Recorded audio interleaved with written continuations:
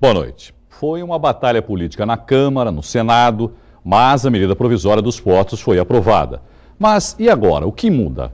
O que vai acontecer no Porto de Santos? Para responder essas e outras perguntas, nós recebemos aqui no estúdio o consultor portuário Sérgio Aquino. Sérgio, boa noite, obrigado por participar conosco aqui do Caderno Regional. Boa noite, Irineu. Nem todos ficaram satisfeitos, como já era de se esperar, né, Sérgio? A MP 595 foi criada aí a título de modernizar os portos, para atrair mais investimentos e, segundo o governo, reduzir os custos. E também aumentar a competitividade do setor. O senhor acredita nisso? É muito difícil acreditar nisto, porque parte de alguns pressupostos que não são corretos. Por exemplo, modernizar portos. Todos os portos hoje são operados por as cargas em terminais privados desde a Lei 8.630, com a melhor tecnologia que existe no mundo hoje. O problema do porto organizado até agora está na mão do poder público, que é a administração do porto. No caso aqui de Santos, a Codesp. O governo não modernizou a administração portuária e, portanto, isso prejudica a iniciativa privada que está modernizada operando as cargas. Bom, como já dissemos, nem todos ficaram satisfeitos com essa nova lei, porque os terminais privados vão poder contratar trabalhadores pela CLT sem a intermediação do órgão gestor de mão de obra, o OGMO, e isso contraria algumas categorias, principalmente os estivadores aqui do Cais Santista. Hoje, em Assembleia, eles discutiram a MP. A categoria está bem apreensiva e não descarta uma nova greve. O plenário da sede do Sindicato dos Estivadores ficou lotado. O que cerca de 5.000 trabalhadores do Cais Santista temem é o desemprego após a aprovação da MP dos Portos. Principalmente com o decreto 6620, que dá a liberação de qualquer tipo de carga a operar nos terminais que estão fora da área do porto organizado. O problema é que isso tira a obrigatoriedade de contratação desses profissionais. Os trabalhadores têm registro e cadastro hoje e que são regulados por um documento e que foram regulados a vida toda por um documento, como tivemos a Cambada, tivemos a DTM, hoje eles vão poder pegar esses terminais privativos, em detrimento aos terminais públicos, pegar trabalhadores de fora do órgão gestor de mão de obra. Quer dizer, isso causa, além de uma concorrência desleal, causa desemprego para nossos trabalhadores. Já com este receio, os estivadores paralisaram as atividades em embarcações na semana passada. O que se via na Baía de Santos eram muitos navios à espera para embarcar e desembarcar as mercadorias. Um prejuízo por dia de cerca de R$50 mil por navio. Agora, um novo protesto não está descartado. Nós vamos estar analisando hoje a MP com a categoria em Assembleia. Vamos estar chamando a nível nacional uma plenária junto à nossa federação para que a gente possa analisar essa decisão do Congresso Nacional, que aprovou, principalmente ferindo nosso direito, com a posição do governo. O governo da presidente Dilma, que falou bem claro que não ia mexer num milímetro sequer de direitos dos trabalhadores. E infelizmente mexeu. Por que a Estiva quer tanto que o OGMO continue escalando os trabalhadores? O problema, Irineu, telespectadores, é que essa medida provisória, ela criou dois regimes portuários no Brasil. O regime do porto organizado, que tem uma administração portuária pública e empresas privadas operando cargas. E um regime chamado de porto privado, que é fora do porto organizado. É como se fosse um novo porto fora do Porto de Santos. Na questão dos trabalhadores, este porto aqui, que é, vamos lá, é o atual Porto de Santos, é obrigado a usar trabalhadores do sistema OGMO, tanto avulso quanto vinculado. Este porto novo que vai surgir aqui, do lado de fora, tem liberdade, ele pega trabalhador onde quiser e da forma que quiser. Só isto já mostra o desequilíbrio, fora outros fatores. Esse aqui tem um prazo de 25 mais 25 nas licitações, esse aqui é um prazo ad eterno. A iniciativa privada que investir aqui nunca vai perder os seus bens. Fora outras coisas, Irineu. Então, os dois regimes são absolutamente desequilibrados. Bom, quanto mais você fala, Sérgio, chega à conclusão que isso vai dar muita discussão ainda, apesar de ter sido aprovada essa medida provisória. A presidenta Dilma, inclusive, pode fazer alterações na MP. Ela pode vetar lá algumas emendas que foram incluídas, não pode? Sim, ela já sinalizou quais são quais as questões que ela vai vetar. Inclusive o tempo de concessão, do período, né, de concessão dos terminais? Por exemplo, não os atuais pós-lei. Vamos lá. Antes da Lei 8.630, já existiam alguns terminais, a Lei de 93, que já operavam no Porto de Santos. Esses contratos antes da lei, a medida provisória está dizendo que eles teriam um prazo mais de 10 anos, que é o prazo deles. A presidenta disse que vai vetar isto, tá? Os próximos contratos que forem licitados, a medida provisória diz que serão de 25, com mais 25, praticamente automaticamente, ela vai vetar isso também. Agora, os contratos que foram licitados na Lei 8.630, que são basicamente 80% dos terminais do Porto de Santos, não há nenhum problema com o governo, porque eles, no máximo, terão a possibilidade de antecipar as suas renovações, mas os prazos estão garantidos nos contratos. Quero agradecer ao consultor portuário Sérgio Aquino. Sérgio, muito obrigado pela sua participação conosco. Muito provavelmente voltaremos a falar ainda muito sobre essa nova lei. Obrigado pela participação e boa noite. Obrigado, Irineu. Obrigado e boa noite, espectadores. Nem mesmo câmeras de monitoramento inibem a ação de criminosos em Praia Grande. Se os ladrões estão cada vez mais audaciosos, as vítimas ficam sempre decepcionadas. Há 4 meses você veio do interior de São Paulo aqui para o litoral, mais precisamente para Praia Grande. Imaginava que houvesse tanta criminalidade assim? Morando não. Em temporada sim, porque todo mundo comenta, tudo mais. Eu morando fora de temporada, uma cidade tranquila, fora de temporada, não esperava isso. O prédio que Luciana mora fica no Jardim Guilhermina, perto da praia. O local tem guarita, câmeras de segurança e nem assim inibiu a ação dos criminosos. Durante a madrugada, 4 homens chegam em 3 motos. Sem qualquer preocupação, abrem o portão. Na garagem, vão direto para a moto dela, retiram a trava e levam o veículo. Em 2 minutos, saem com a moto, passam pelo mesmo portão que entraram e fogem. O delegado que investiga o caso é do 1º Distrito Policial. Ele explica que os criminosos sempre agem assim, da mesma maneira. Para ele, a quadrilha é da própria cidade. As reiteradas prisões que nós temos efetuado, tanto a Polícia Militar quanto a Polícia Civil, todos os meliantes que são pegos com esses veículos são aqui de Praia Grande. Mas o desmanche pode ser na capital paulista. Nós já pegamos também casas onde os veículos são desmontados, essas motos são desmontadas aqui mesmo em Praia Grande, e as peças são revendidas na região e principalmente em São Paulo. Como é que você se sente? Eu me sinto triste, muito triste, porque é um bem, a gente trabalha, a gente luta para ter, e vem simplesmente 4 garotos que aparentam na câmera ser menores e leva. E ainda fiquei com prejuízo de 29 parcelas a pagar. Ainda em Praia Grande, uma comerciante de 43 anos e a filha, uma estudante de 19, foram vítimas de sequestro relâmpago. Elas estavam saindo do Litoral Plaza Shopping no final de semana quando foram abordadas no estacionamento do local. Depois de roubar R$150 que estavam com a vítima e ainda sacar mais 500 em um caixa eletrônico, o bandido desceu do carro na Avenida dos Trabalhadores e fugiu com o comparsa em uma moto. Câmeras de segurança do shopping podem ajudar nas investigações. Já em São Vicente, um rapaz de 25 anos morreu na madrugada de hoje após receber 6 tiros. Segundo a Polícia Civil, a vítima não tinha passagem. O crime aconteceu na Avenida Penedo, no bairro Catiapuã, quando saía de um baile. Até o momento, ninguém foi preso. Menores que roubam, matam e são punidos por leis brandas que a sociedade começa a questionar. Neste fim de semana, teve protesto em Santos. Manifestantes pediram a revisão do Código Penal. Parentes do jovem Vitor Hugo, morto por um adolescente numa tentativa de assalto na capital, estiveram presentes. Cartazes e faixas para mobilizar e chamar a atenção dos santistas para um assunto sério. A manifestação foi a maneira que estas pessoas encontraram para reivindicar mudanças na lei.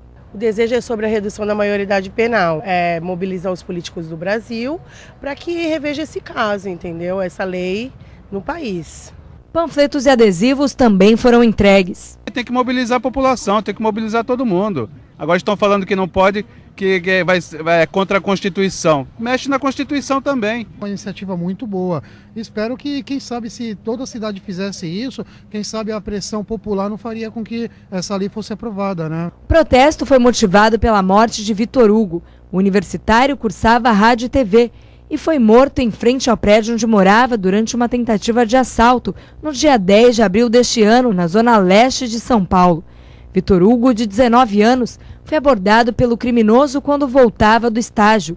O estudante não reagiu, mas demorou para entregar a mochila ao assaltante e foi baleado. O acontecimento provocou revolta e indignação. Tudo isso porque o criminoso, um adolescente de 17 anos que já havia cumprido medidas socioeducativas, 3 dias depois do assassinato de Vitor, completou 18 anos de idade. Mas, no entanto, ele não responde como um adulto infrator.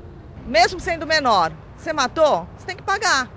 Não importa como, não importa onde, tem que pagar pelo que fez. Porque com 16, com 14, você sabe muito bem o que está fazendo. Eu tenho filho, eu sei que com 14 anos você sabe o que você está fazendo. A manifestação ganhou força por meio das redes sociais. Foi organizada por Simone Tavares, que ao tomar conhecimento do caso, se sensibilizou e decidiu mobilizar a população. As pessoas estão falando muito e estão fazendo muito pouco, é o que eu vejo. Eu acho que com essa facilidade de se manifestar através da internet, as pessoas acham que ir lá e compartilhar alguma coisa e dar um clique em alguma coisa já fizeram a parte delas, e não é isso. A gente precisa fazer mais. Os familiares da vítima estavam presentes e também participaram do protesto. Vestiam camisas que estampavam a foto do jovem. Eu, com os amigos meus juízes, nós estamos fazendo um projeto de lei que criminalizaria a conduta de qualquer menor praticante de crimes hediondos. Porque eu acredito também que 3 anos de punição para esse tipo de crime é a mesma coisa que eles tirarem férias. Não justifica, não tem condições, eles não se ressocializam. O ECA, ele protege as crianças carentes, ótimo, ele é um modelo, tudo mais, é um modelo da Unicef. Ele é lindo na teoria, mas na prática a gente está vendo o que está acontecendo. Os jovens estão se aproveitando do ECA para entrar na criminalidade. O assunto é polêmico, mas a sociedade exige que um debate sobre o tema aconteça. A posição da população, ela precisa ser ouvida. É um assunto constitucional e nós estamos nos movimentando para mostrar que existe uma grande parcela da população que não está satisfeita com o conceito de maioridade penal. Se é questão de haver um plebiscito, é nossa exigência esse plebiscito. Representantes do poder público e da sociedade civil se reuniram na Unisanta neste fim de semana para discutir temas como moradia, saúde e mobilidade. A 5ª Conferência Municipal da cidade foi aberta pelo prefeito de Santos, Paulo Alexandre Barbosa. É um espaço para que a comunidade, para que as lideranças comunitárias, para que o cidadão, de maneira geral, possa expressar o seu ponto de vista, emitir as suas opiniões e nos ajudar a construir a cidade que nós queremos para o futuro. O encontro reuniu autoridades, profissionais e personalidades da região, entre eles o secretário de Desenvolvimento Urbano de Santos e também coordenador dos cursos de Arquitetura e Urbanismo e designer de interiores da Unisanta, Nelson Gonçalves. Hoje as questões que mais se discutem, sobretudo nos municípios que têm um adensamento maior, é a mobilidade. Mas no caso da nossa cidade especial, não se vai discutir só Santos, mas Santos também o acesso à terra, o acesso à moradia, tudo isso deve ser colocado numa mesa onde se construam regras claras e, sobretudo, políticas de enfrentamento das questões. Ao longo do dia também foram realizadas palestras sobre a reforma urbana, um meio de encontrar soluções e expor medidas para melhorar a cidade. Para que nós possamos avançar, por exemplo, no novo plano diretor que nós vamos estabelecer para a cidade, nas políticas públicas direcionadas à saúde, à educação. A seguir, a festa da torcida do Corinthians na região. O time da capital é o maior campeão paulista da história. Nós voltamos já.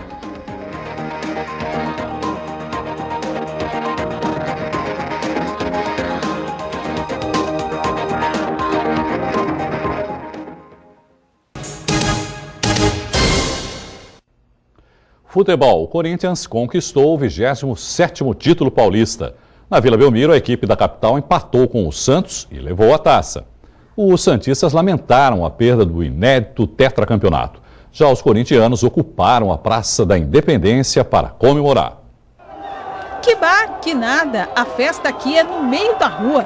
E se for de frente para a Vila Belmiro, melhor ainda. Final de Campeonato Paulista é assim mesmo, vale tudo, até assistir a festa de camarote. A cada lance com possibilidade de gol, a torcida levantava e dava aquela ajudinha pro peixe.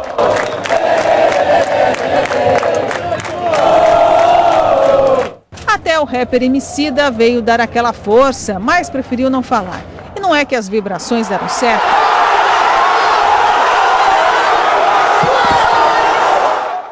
Tá certo que na sequência veio do Corinthians, mas nada que desanimasse a torcida. Norten, por exemplo, é da Noruega, visita Santos e veio prestigiar a partida.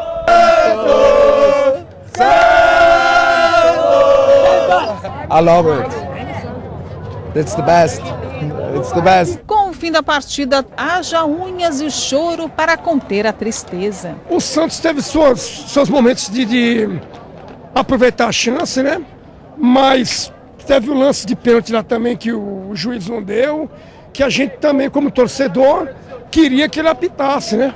Eu acho que tá faltando, assim, atacante no Santos, né? Porque o time tá muito dependente do Neymar e o Cícero também, que anda fazendo alguns gols aí. Não, o Cícero é meio de campo, né? Não é um atacante.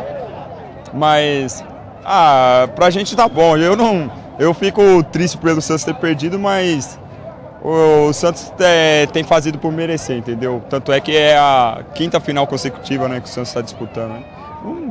Fico chateado por ter perdido o título, mas feliz porque sou santista. E com o título do Paulista, a comemoração dos torcedores da equipe do Parque São Jorge foi na Praça da Independência, bem no coração do Gonzaga. A Polícia Militar e a Guarda Municipal reforçaram o efetivo. As ruas ao redor também foram bloqueadas. A festa começou assim que a partida terminou. Os torcedores praticamente tomaram o monumento e não teve hora para acabar. Parabéns ao Santos. Tá aqui o tetra de vocês. Corra, comemora e vai no chaveiro mais próximo de vocês. Que tetra tá na mão aqui. Tetra, nós só conhecemos chave. Timão! Timão!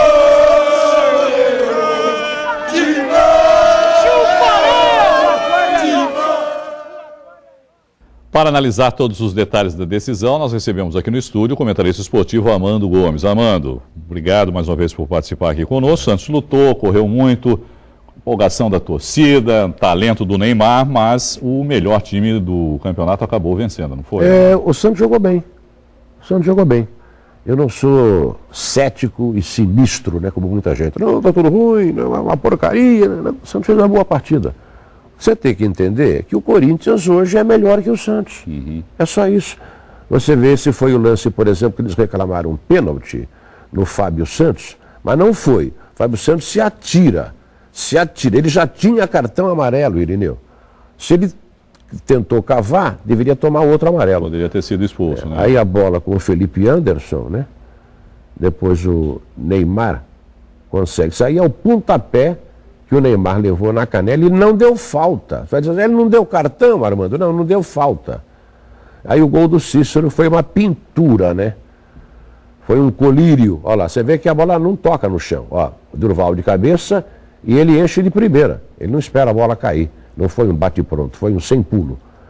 E aí o gol bonito do Corinthians, que foi um gol trabalhado, né? O Rafael ainda tentou evitar, mas ela caiu no pé do Danilo, que acabou completando. Olha lá. Não havia nenhum impedimento, lance perfeitamente legal e o Corinthians, a meu ver, você próprio disse, tem razão, é o melhor time no momento do Campeonato Paulista.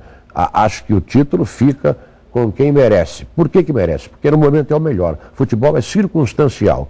Nas circunstâncias atuais, o Corinthians é o melhor time do futebol de São Paulo e digo mais, um dos melhores do Brasil, junto com o Atlético Mineiro. Bom, infelizmente, a final na região foi marcada pela violência. Num bar em São Vicente, um torcedor foi morto com 5 tiros por causa de uma discussão. O suspeito foi encontrado pela polícia num ponto de ônibus próximo ao local do crime. Ele foi preso em flagrante e a arma apreendida. Na Vila Belmiro foram registradas cenas lamentáveis. Um confronto entre torcedores do Santos e a PM teria começado porque um grupo ameaçou queimar uma bandeira do Corinthians. A família que trabalhava nesta barraca antes mesmo da partida levou um susto. A confusão foi bem em frente. Uma bomba de gás lacrimogênio teria sido lançada pela polícia militar e causado um buraco enorme na tenda. A gente pediu para ele, não joga, e ele jogou. Criança, todo mundo, família aqui, ó. O cara tá vendendo, tá trabalhando, ó. Jogaram bomba aqui dentro. Não, aí eu saí fora ainda me ameaçaram. O cheiro forte também incomodou. Quase eu morro. O cheiro deu pelo nariz aqui, ó. A fumaça foi lá em cima. Minha filha ficou chorando, desesperada. Tremendo, minha filha ficou. Acabou com tudo, ó. Acabou com o trabalho do rapaz aqui. Não respeitaram ninguém. Do jeito que eles chegaram, chegou só jogando bomba pra cá e jogou pra lá. E saiu jogando. Este carro de uma emissora de TV foi atingido. O motorista estava dentro, não conseguiu sair. Uma confusão aqui de torcida e policiais. E os policiais vieram naquela direção jogando bomba lacrimogênea e uma bomba estourou bem aqui. O senhor estava dentro do carro? Tava. E o gás? Foi muito forte, mas eu não podia fazer mais nada. Eu não podia abrir o vidro, porque a fumaça era intensa e pedra, pedaço de pau. Era uma confusão generalizada. Teve gente que afirmou que houve excesso por parte da Polícia Militar. Os cartuchos usados estavam espalhados pelo chão. Os feridos foram levados pelo resgate. Ele estava quieto ali, eles vieram de lá batendo em todo mundo. Ele deu na cabeça do rapaz, ele desmaiou ali, levaram ele lá para dentro daquela casa. Eu sou contra a violência, só que tem o seguinte, a polícia exagerou. Tanto o fato que está aqui, ó, jogar uma bomba dentro de uma casa. 200 homens da tropa de choque da Polícia Militar foram escalados para a final do Paulistão na Vila Belmiro. O tenente confirma que a polícia usou granadas de efeito moral. Justamente para dispersar o público que estava aqui, sem momento algum ferir especificamente um ou outro torcedor, tá? Isso daí é uma técnica utilizada que a gente faz justamente para que dispersem todo o efetivo de torcedores que estavam aqui no local. Foi isso daí que aconteceu. Eu não sei te informar exatamente quantos detidos nós tivemos aí, mas tem pessoas detidas como tem policiais feridos também. Cenas lamentáveis, né, Amando? Coisas que não deveriam mais ocorrer, né? Mas, Irineu, me permita falar uma coisa a você. Claro. Granada de efeito moral, você ouviu bem a reportagem? Granada de efeito moral, essa é de efeito moral. Agora, uma granada que tu jogas, que efeito moral? Efeito moral é psicológico só. Esse efeito não foi moral. Efeito físico, que a granada foi para dentro de uma residência. Então a gente lamenta, você sabe, eu sei que os caras abusam, as torcidas abusam. Mas a polícia, com todo respeito, ela tem que acabar com essa truculência. Porque isso aí, pessoas que não têm nada a ver com o negócio, estão passando por ali e pagam o pato. Né? Bom, vamos falar de futebol que é melhor, né? Claro, Essas cenas são realmente lamentáveis. Como fica aí o futuro do Santos agora? Quarta-feira tem o jogo na Vila, né? Pela Copa do Brasil contra o Joinville. É o jogo da volta. Isso. Lá foi 1-0, né? Foi 1-0, gol de cabeça do Durval.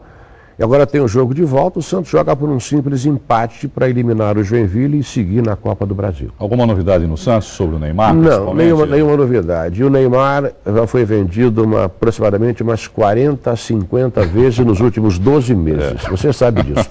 Quer dizer, é mais uma venda do Neymar. É a única venda do mundo onde você não entrega o produto. É a do Neymar, só isso. Amando, obrigado mais uma vez pela participação. Jogos da Unisanta, a maior competição esportiva universitária do estado, chega ao 14º dia, ao vivo do ginásio poliesportivo. O repórter Felipe Gongola tem as informações. Olá, Felipe, boa noite. Boa noite, Irineu, boa noite a todos. Aqui no poliesportivo da Unisanta acontecem 3 partidas esta noite. A primeira já acabou de terminar entre Fefesp, Unisanta e Medicina Unimes. A Fefesp venceu no handebol masculino 11-8. A segunda partida e a terceira são de futsal masculino. A segunda, Fefes Unimes enfrenta a FAAC Unisanta.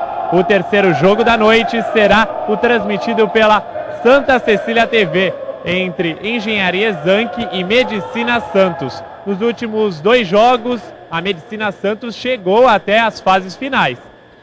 Nesse final de semana aconteceram também as disputas de natação. Com isso foi divulgado um resultado parcial dos jogos da Unisanta. No masculino, a Fefesp segue na liderança do ranking com 50 pontos, seguida da Engenharia Unisanta com 41 pontos e a Físio Unisantos com 22. No feminino, a Fefesp também vence com 34 pontos, seguida da Físio Unisanta com 20 e em terceiro lugar a Medicina Santos com 16.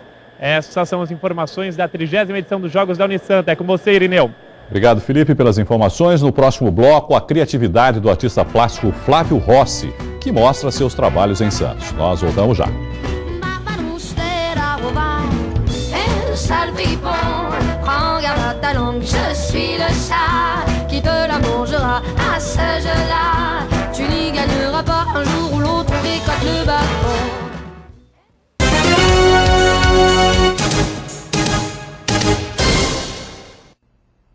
A partir de hoje, o posto de atendimento ao trabalhador de Cubatão passa a funcionar na Escola do Parque Novo Anilinas, que fica na rua Assembleia de Deus, sem número.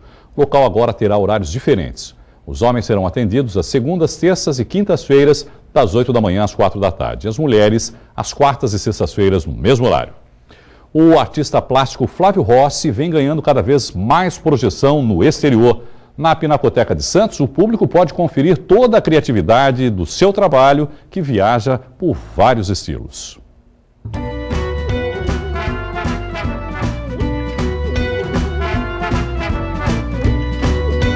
Criatividade, inovação e versatilidade.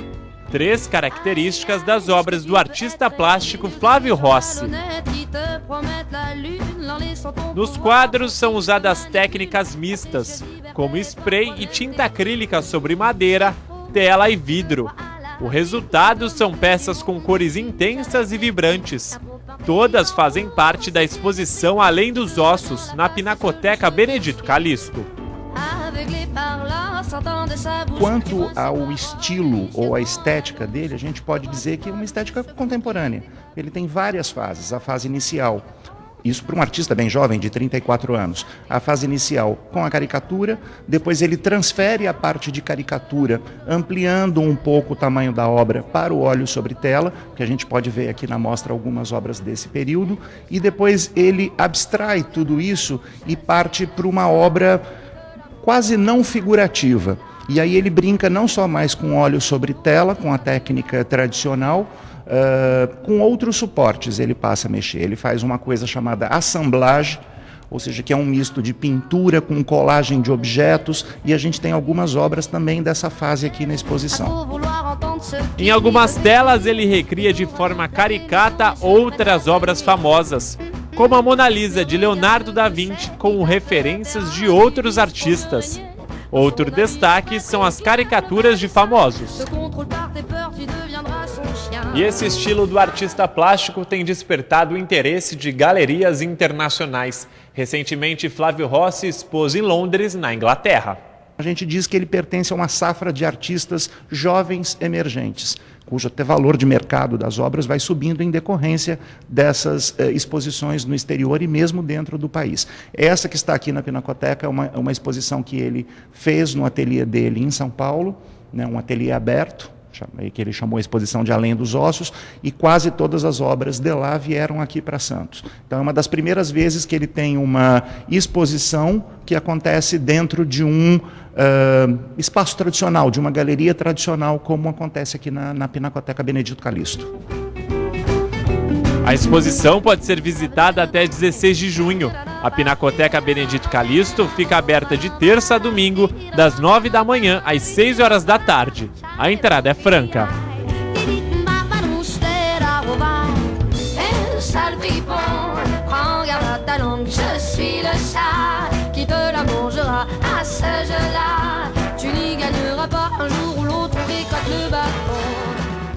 O endereço da Pinacoteca é a Avenida Bartolomeu de Gusmão, número 15.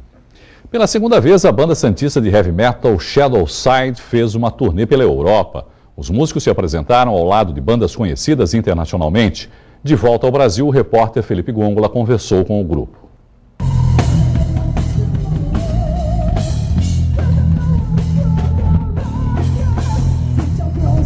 Foram 2 meses na Europa. Desta vez, a banda Shadowside fez 36 shows em 18 países do velho continente.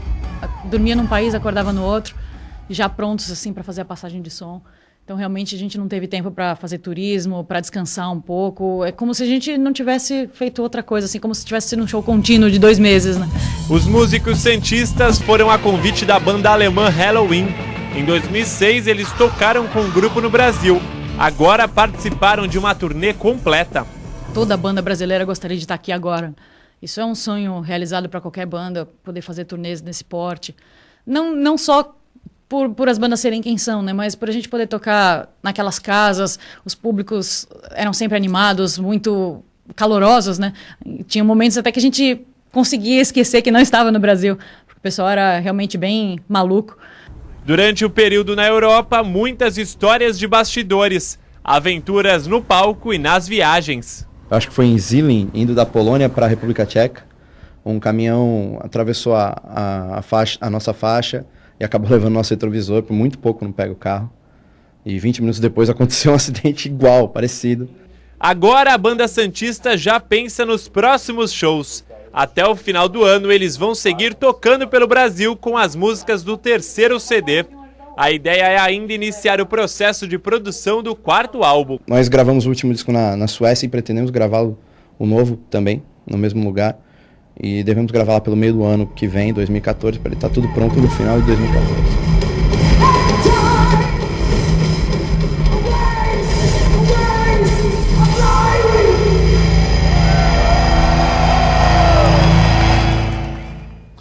A edição de hoje termina aqui. Pelo Santa Portal você continua bem informado. Fique agora com os Jogos da Unisanta. Tenham todos um excelente início de semana, uma boa noite.